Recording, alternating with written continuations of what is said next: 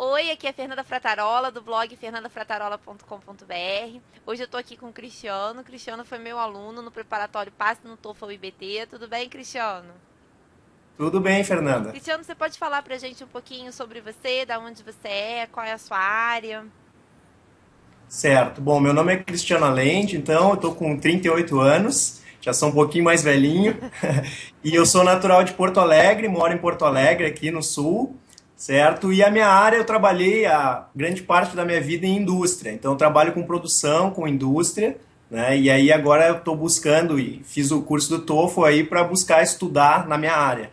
Então você fez o curso, quando você fez o curso, você já tinha em mente já fazer uma pós ou um curso, uma especialização na sua área. Você fez com esse objetivo.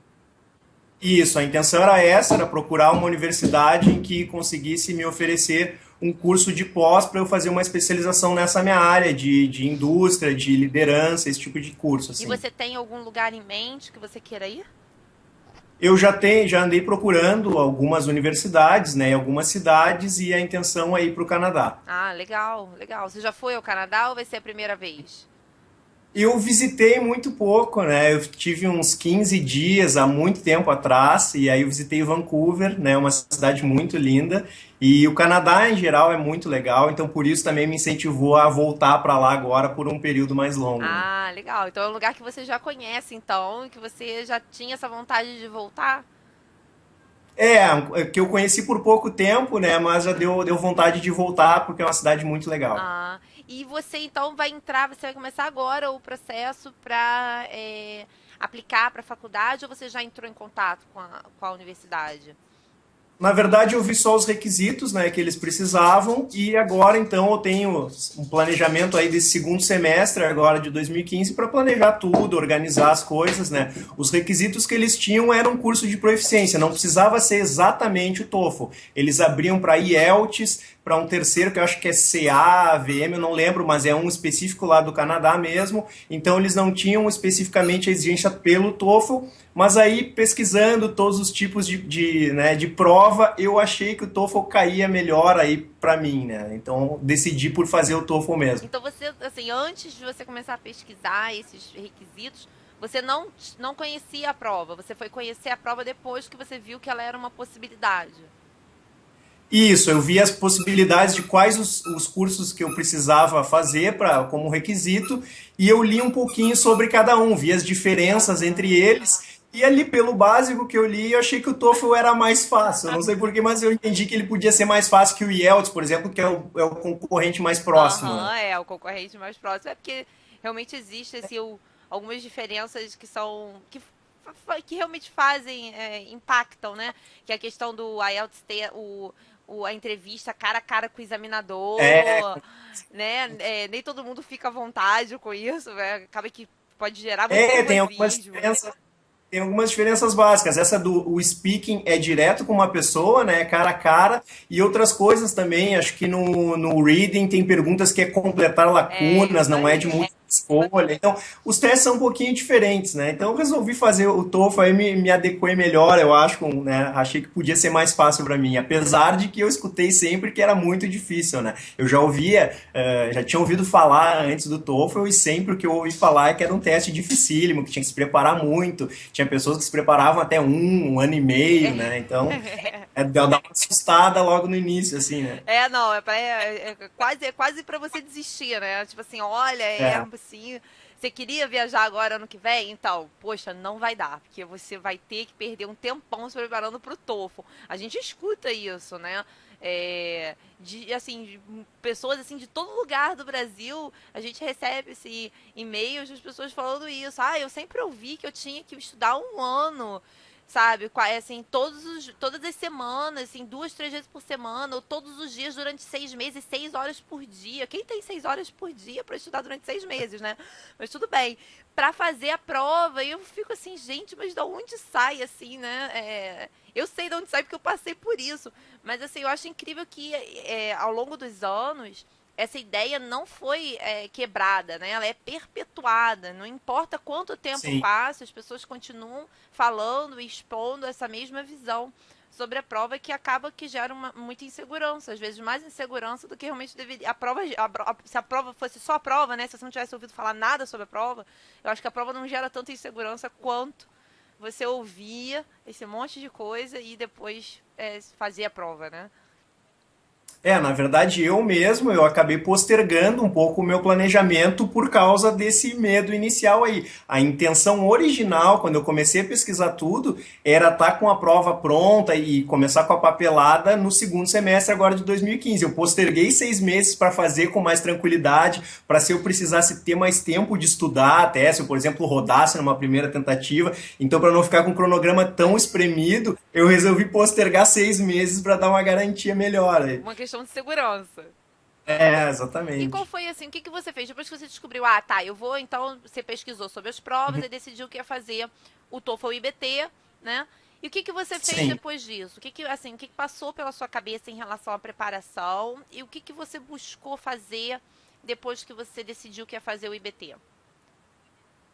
Bom, aí eu comecei a procurar online, né, sobre algumas dicas, algum material de literatura, né, exercícios online, são poucos os disponíveis, né, alguns exercícios tem que pagar para fazer o exercício e tudo mais, então comecei a procurar alguma coisa. E eu até cheguei a estudar alguns dias, aí uns 15 dias por conta própria, mais ou menos, e aí eu estava num seguinte dilema, se eu tentava uma primeira vez estudando por conta própria, e aí via o resultado, e se não desse, eu buscava um curso, né, oficial e tudo mais, ou se eu já buscava um curso inicialmente. Então eu fiquei com esse dilema. Como né, a taxa para fazer a prova do TOEFL ela não é nada barata, então eu imaginei, pensei, né, botei na balança e pensei que não, vou fazer um curso mesmo, apesar do investimento, porque daí pelo menos eu tenho uma garantia de que eu vou passar de primeira. Senão até eu vou perder um tempo, eu vou ter o mesmo gasto, vamos dizer assim, financeiro, de que se eu fizesse por conta própria e rodasse, e aí tivesse que fazer uma segunda vez,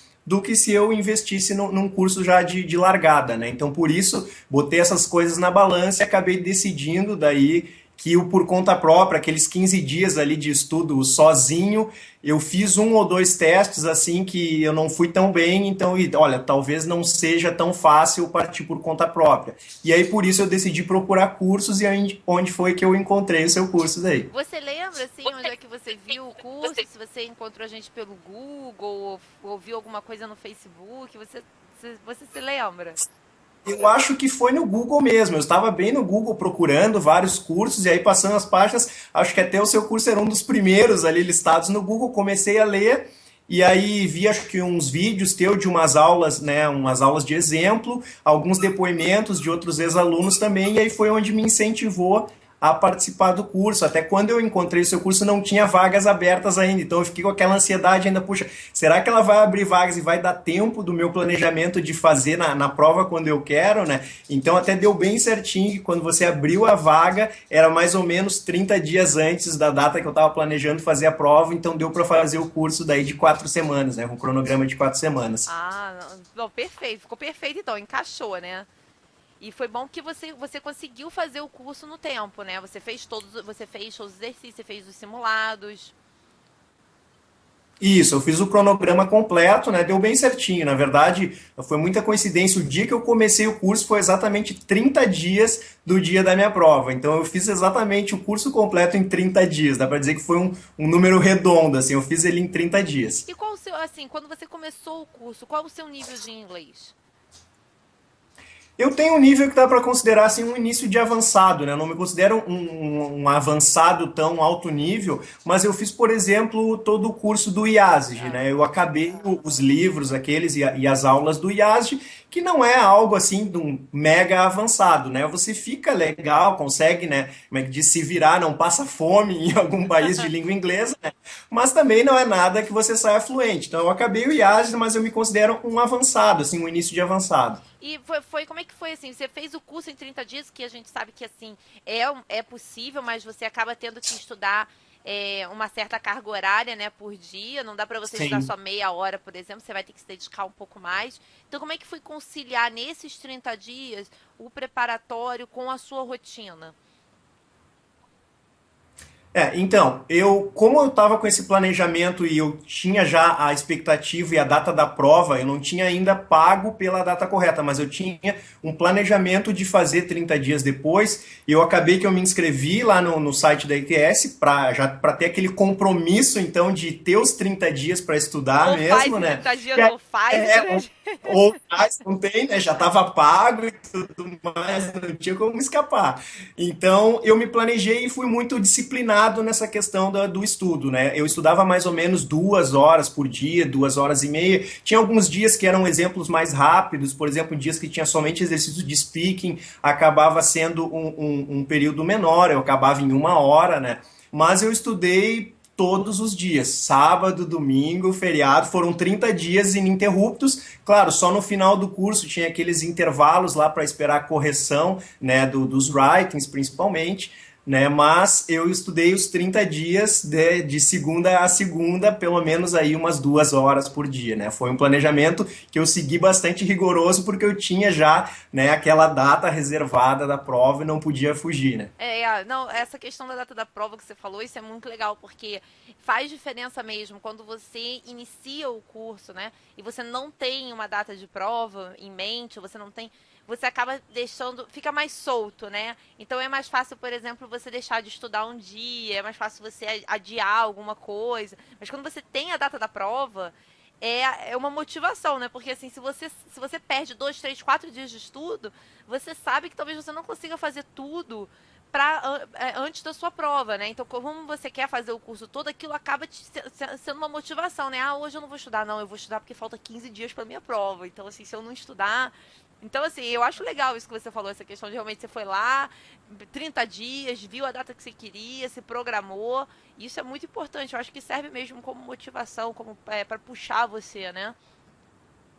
Porque você fica com um compromisso, né? Então, por exemplo, durante esses 30 dias, teve acho que um dia apenas que eu tinha não me lembro se era uma festa, eu tinha alguma coisa para fazer que eu não ia conseguir estudar naquele dia. Então, eu me obriguei a estudar o dobro da carga horária no dia seguinte. Então, eu fiquei aquilo, ó, não posso fugir muito do cronograma. Imagina se eu fico 2 dias sem estudar, eu já vou ter que estudar 3 vezes de 2 horas, eu vou ter que ficar 6 horas, daí já é inviável num dia, né? Então, o máximo que eu me permiti fazer foi ficar um dia sem estudar, que aí eu estudei o dobro no dia seguinte. Legal, legal. E os simulados?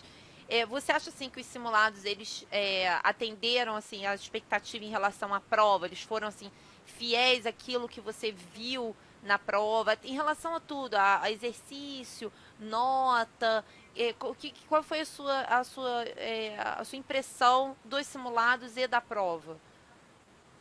Eu acho que os simulados foram parte essencial, né? Os simulados eles deixaram exatamente a mesma impressão do que a prova, né? Tanto os 3 simulados iniciais quanto o último, que é o simulado online, eu cheguei no dia da prova e eu fiz a prova com tranquilidade. Ela reduziu um pouco o meu nível de ansiedade, de estresse, porque eu vi que inclusive a estrutura, o tipo de perguntas, o lugar onde era para clicar no mouse, seja, tudo eu já tinha feito nos simulados. Então estava muito, não era uma novidade, não era aquela coisa. Eu vi colegas, assim, pessoas que fizeram ali a prova junto comigo na mesma sala, que eles eram marinheiros de primeira viagem, assim, não sabiam de nada, como começar e tal. Então isso gera, obviamente, um estresse, uma ansiedade muito maior, né? Então os simulados me deram uma tranquilidade e inclusive os resultados e o nível as notas que eu tirei nos simulados foram o espelho do que eu tirei na prova. O último simulado online, né, eu tirei 1 ponto a menos do que eu tirei na prova, então foi quase igual, vamos dizer assim, a nota do meu simulado com a nota da prova. E quanto você tirou na prova? Tirei 97. Nossa, nem eu esperava. Eu estava ali. A nota mínima que eu precisava era 80, né? Que eu já achava uma nota meio alta. Mas daí, quando veio 97, né? Na verdade, eu fiquei mais tranquilo porque eu tirei 96 no Aham. simulado. Então, pro dia da. Aí eu achei, se eu tirei 96 no simulado, então pelo menos 80 eu vou conseguir na prova. E aí consegui tirar 97, ainda fui melhor ainda na Não, prova, né? excelente, excelente. É porque realmente, geralmente, né, a nota do simulado online é muito parecida com a nota da prova. Assim, o sistema de avaliação deles, porque a gente sabe que o speaking e o writing acabam que não do simulado online, né, não são corrigidos por uma pessoa de fato. Eles desenvolveram um programa que faz essa correção. mas é muito fiel, porque geralmente a diferença da nota é isso mesmo, 3 pontos, 1 ponto para cima ou para baixo, né? Então a nota fica Sim. assim, então é bom que o simulado ele te dá aquela segurança mesmo, né? Porque é a ITS que vai te dar o feedback, né? Então você olha ali, poxa, 96. Foi o que você falou, pô, se eu tirei 96 no simulado online, pelo menos 80 eu consigo, não é possível, né? Não vai cair 20 pontos, ou cair 20 pontos na prova, não tem motivo pra isso, né? Pois é. Então, assim, realmente, 97 é um ótimo resultado, parabéns. E você saiu Obrigado. confiante quando acabou a prova? Qual foi a sua sensação quando acabou a prova?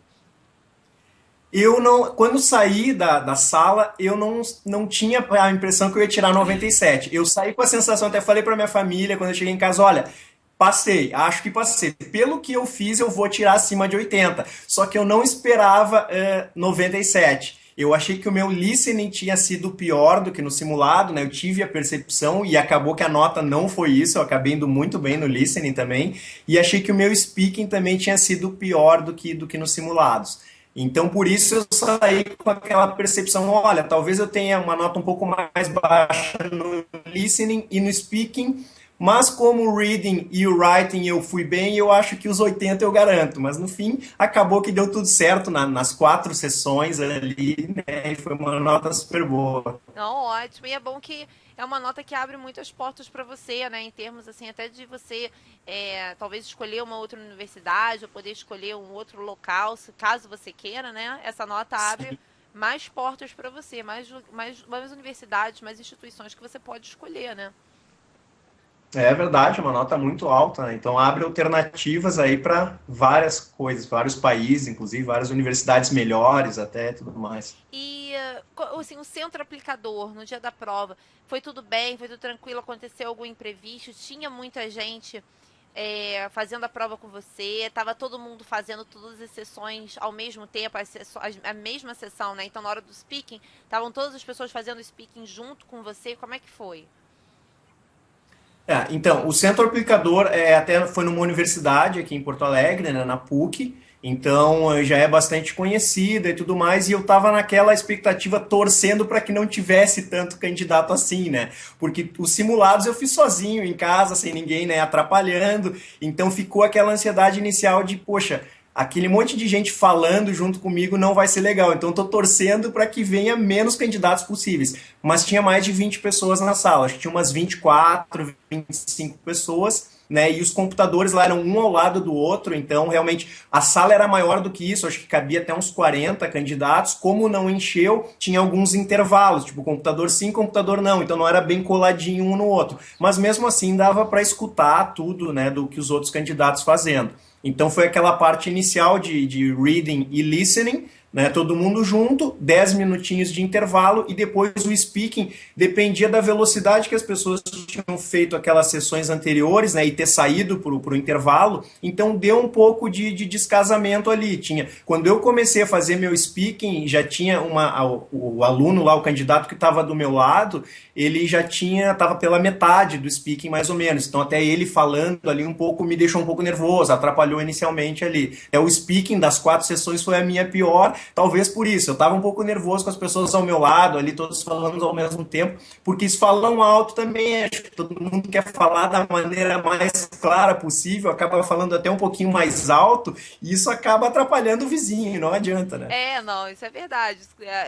Eu acho que é uma coisa inconsciente mesmo, né? Naquela coisa, naquela ansiedade de que, o avaliador vai me ouvir, não vai ter problema com o áudio. Será que o áudio tá bom? Será que o volume tá bom? Acho que nessa ansiedade toda, inconscientemente, as pessoas acabam realmente falando um pouco mais alto. E às vezes você tem que, assim, que se esforçar mesmo para manter o foco, né? Porque senão você acaba se distraindo. E o speaking é uma sessão que gera mais nervosismo mesmo, porque você tem que se expor, né? Essa é a verdade. É uma questão que você, inevitavelmente, você tem que falar. Então você sabe que você está se expondo ali. E isso gera nervosismo, acho que em qualquer Sim. aspecto, né, da sua vida, ou qualquer prova que você faça, essa exposição, você vai fazer uma prova oral sobre qualquer coisa, vai te gerar muito mais nervosismo do que fazer uma prova escrita. Pelo menos assim, essa é a minha impressão como aluna, né? Assim, como pessoa. Se eu tiver que fazer uma prova, eu prefiro que seja escrita. Eu não vou querer uma avaliação oral, porque eu vou ficar muito mais nervosa. Então o speaking já tem essa coisa, você já vai estar mais nervoso naturalmente, né? E a questão de ter pessoas falando e tudo, acaba que pode te desconcentrar um pouco mesmo. Não, e ainda teve uma coisa engraçada, né, em particular, porque no speaking você tem uma calibração de voz. Você Aham. coloca o fone, o microfone e eles pedem para você falar uma frase para calibrar, para que o sistema entenda, né, a sua voz. E aí a aplicadora lá do teste comentou, olha, às vezes dá erro no programa, ele não vai reconhecer a sua voz, vocês tentem e dá no máximo 3 erros. Na terceira tentativa deve reconhecer a voz de vocês. Qualquer coisa, se não der na terceira, vocês me chamem. E aí todo mundo lá fazendo e né, falando a frase que tinha que falar lá e reconhecendo as vozes. E a primeira deu erro, né? Na primeira vez que eu fiz deu erro. Eu, tá ok, vamos lá tentar de novo. Fiz na segunda, deu erro. Eu disse, tá bem, 3 vezes era uma que ela falou que dava. Fiz a terceira, deu erro. Eu disse, puxa vida. Só a minha voz que não reconhece. Aí chamei ela pediu pra eu fazer de novo. Aí fiz uma quarta vez e aí reconheceu, né? Mas daí eu fiquei com aquela pulguinha atrás do olho. Puxa vida, e agora? Será que esse sistema reconheceu mesmo a minha voz? Será que se eu falar tudo aqui, daqui a pouco ele não reconhece, eu vou tirar 0 no speaking, né? E eu fiquei com aquele... Eu tive que fazer 4 vezes pro sistema reconhecer a minha voz ali no início, né? Antes de começar, né, as E perguntas. isso aumentou, claro, ainda mais a Ah, ansiedade, né? é, Claro. eu disse, nossa, não vai reconhecer minha voz agora. Não, gera até insegurança, né? Mas tirando isso, É, então, assim, foi tudo tranquilo. O restante da prova, a organização do centro aplicador, tudo certinho. Teve atraso, foi tudo, ou começou no horário. não, o resto da organização foi muito boa, começou no horário, teve na verdade um atrasinho ali de 2, 3 minutos, porque um candidato chegou de última hora, então elas tiveram que recapitular algumas regras, porque ele não tinha pego aquela parte inicial da explicação das regras, então elas falaram as regras rapidamente ali para ele, isso atrasou um pouquinho, mas foi pouca coisa, né? Só porque ele tinha chegado atrasado ainda permitiram ele entrar até e fazer a prova, né? Mas o resto dos horários, o ambiente, o ar-condicionado estava legal, não estava nem muito frio, nem muito quente, não atrapalhou, vamos dizer assim. O resto do centro aplicador foi muito bom. Gostei de ter feito lá. Ah, que bom. É bom assim, dar esse feedback, porque a gente sabe que nem todo centro aplicador tem essa coisa assim de ser muito organizado. A gente sabe que acontece muitos imprevistos. Então é bom as pessoas saberem onde é um bom centro aplicador. Então a gente sabe que em Porto Alegre, a PUC, todo mundo que faz prova na PUC sempre dá um retorno muito bom. Realmente as pessoas sempre falam que lá funciona tudo certinho e tal. Então é sempre bom as pessoas saberem, né? E se estiver em Porto Alegre, se tiver a opção de fazer na PUC, para fazer lá, porque a gente sabe que funciona, É, né? Que eles são bem porque organizados em relação à prova. tem outros centros aplicadores. Tem outros centros aplicadores aqui em Porto Alegre. Eu decidi fazer na PUC justamente porque eu acho que por ser uma universidade, os outros não eram universidades, né, deveria ser um pouco mais organizado. Então até me surpreendi positivamente. Foi bastante interessante, rigoroso, até tinha detector de metais na entrada, você não podia entrar. Ah! Eu me senti num aeroporto, né? Tá? Você tem que passar pelo detetor de metais ali. Ah, olha, essa aí é boa, detector de metais, assim, aqui, ó, no Rio, onde eu costumo fazer, não tem não, mas também não é universidade, a gente chega e é um lugar, eu acho que só aplica a prova mesmo, um curso, é uma estrutura diferente, não é uma estrutura de universidade. E assim, então baseado agora assim na sua trajetória com a prova, né? Desde pesquisa sobre a prova, sobre essa questão de você estudar durante 15 dias sozinho, toda a sua trajetória. Se você pudesse dar uma dica para quem quer fazer a prova do TOEFL IBT, que dica que você daria? Olha, da minha experiência, eu daria a dica de que comece a fazer um curso desde já. Eu sei que tem pessoas, né? Claro, depende de cada um, né? Tem pessoas que têm aquela facilidade de estudar sozinho, de aprender por conta própria, mas o curso me ajudou muito por ter a metodologia. Eu acho, e até eu comentava contigo em alguns e-mails, né, que a prova, apesar de ser uma prova de proficiência em inglês, ela, em muitas questões, ela não me parecia uma prova de língua. Ela era uma prova de método, de estratégia. Se eu fizesse ela em português, eu teria talvez a mesma dificuldade ou facilidade do que em inglês. Então, tinham questões que não era a língua o essencial, e sim o como tinha que responder. Então isso a gente não consegue, né, descobrir sozinho. Se não fosse o curso, eu não descobriria esse tipo de método, né, essas técnicas, essas estratégias. Então a dica que eu dou é sim, façam o curso, porque ele é importante. A prova do TOEFL ela não é só uma prova de inglês, ela é uma prova de método, de estratégia, né? Se fosse em português, algumas questões ia ser a mesma dificuldade. É verdade, é uma prova de estratégia mesmo. Faz muita diferença, sim, você saber, né? Tá familiarizado e saber o que você tem que fazer, né? Como você vai fazer, o que, que você tem que fazer, o que, que você tem que entregar. Faz diferença. E quanto mais você sabe, mais você pratica, eu acho que mais confiante você fica para a prova, né? E é claro que isso impacta muito a sua nota, porque você chega na prova não tem surpresa. Você já sabe o que você tem que fazer. Então, claro que você acaba ficando nervoso, mas é mais fácil você administrar o nervosismo porque você sabe. Você vai ali, ah, não, essa questão aqui eu já sei, essa questão aqui eu sei. Do que você chegar lá, tá super nervoso, olhar e falar assim, ai meu Deus, o que, que eu faço aqui? Eu não sei, eu nunca vi essa questão. Não é? Eu acho que a estratégia, além da prática de trazer esse bônus, a estratégia traz essa questão de você saber o que fazer, né? E você ter a oportunidade de ter praticado isso é o que fecha, né? Por exemplo, não ter aquela surpresa. Por exemplo, no speaking, que são 6 questões, mesmo que você tivesse ficado nervoso e ido mal na primeira, você sabe qual vai ser o tipo de pergunta das demais. Então não é aquele negócio, bah, o que será que ele vai perguntar agora? Não, você já sabe qual é o tópico, qual é o jeito que vai ser a pergunta, sobre como ela vai ser estruturada. Então isso reduz, claro, o nervosismo, a ansiedade, né? Ter uma estratégia e saber como é que é o jeito da prova, né, a estrutura da prova facilita muito, com certeza. Com certeza. Cristiano, obrigada pelo bate-papo, por ter contado aí pra gente a sua trajetória. Eu espero aí ter tudo certo pra você nesse semestre agora, que você consiga organizar tudo pra você fazer a sua pós, que você escolha um lugar excelente, fantástico lá no Canadá e aproveite ao máximo a sua experiência, que eu tenho certeza que vai ser uma experiência fantástica. Tá bom? Muito Legal. obrigada. Obrigado você. Um abraço. Abraço. Tchau, Tchau. tchau.